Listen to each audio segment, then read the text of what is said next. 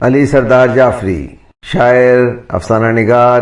یا ڈرامہ نویس ہی نہیں، زندگی اور اپنے معاشرے کا احساس رکھ کر جینے والے شخص تھے۔ اپنی شاعری اور تحریروں سے عوام کے شعور کو بہتر بنانے کے لیے ہمیشہ کوشاں رہتے تھے۔ آپ خرابی صحت کے باعث وزیر اعظم اٹل بہاری واجپئی کے دورہ پاکستان کے وفد کے ہمراہ نہیں آ سکے تھے، لیکن اس موقع پر آپ نے سرحد کے عنوان سے ایک البم وزیر اعظم پاکستان نواز شریف اور ان پاکستانی شاعروں اور ادیبوں کے لیے بھی بھیجا تھا جن کا احساس سرحدوں میں مقید نہیں رہتا، سرحدوں کو پار کرتا ہوا دلوں میں اتر جاتا ہے۔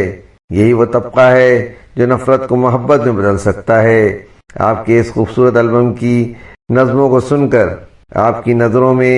پاکستان اور ہندوستان کے درمیان اچھے تعلقات، محبت اور دوستی کی کتنی اہمیت ہے، اس کا اندازہ لگایا جا سکتا ہے۔ آئیں اس البم کی ایک خوبصورت نظم گفتگو بند نہ ہو کو سن کر ہند و پاکستان کے درمیان دوستی، اچھے تعلقات کی تمنا کرتے ہیں۔ نظم گفتگو بند نہ ہو۔ گفتگو بند نہ ہو، بات سے بات چلے، صبح تک شام ملاقات چلے، ہم پہ ہستی ہوئی یہ تاروں بھری رات چلے، ہو جو الفاظ کے ہاتھوں میں ہے سنگے دشنام، طنز چھلکائے تو چھلکایا کرے زہر کے جام، تھیکی نظریں ہوں ترش ابرو قمدار رہیں، بن پڑے جیسے بھی دل سینوں میں بیدار رہیں، بے بسی حرف کو زنجیر بپا کر نہ سکے، کوئی قاتل ہو مگر قتل نوا کر نہ سکے، صبح تک ڈھل کے کوئی حرف وفا آئے گا، عشق آئے گا بسط لغزش پائے گا، نظریں جھک جائیں گی، دل دھڑکیں گے، لب کانپیں گے، خاموشی بوسہ لب بن کے مہک جائے گی، صرف غنچوں کے چٹکنے کی صدا آئے گی،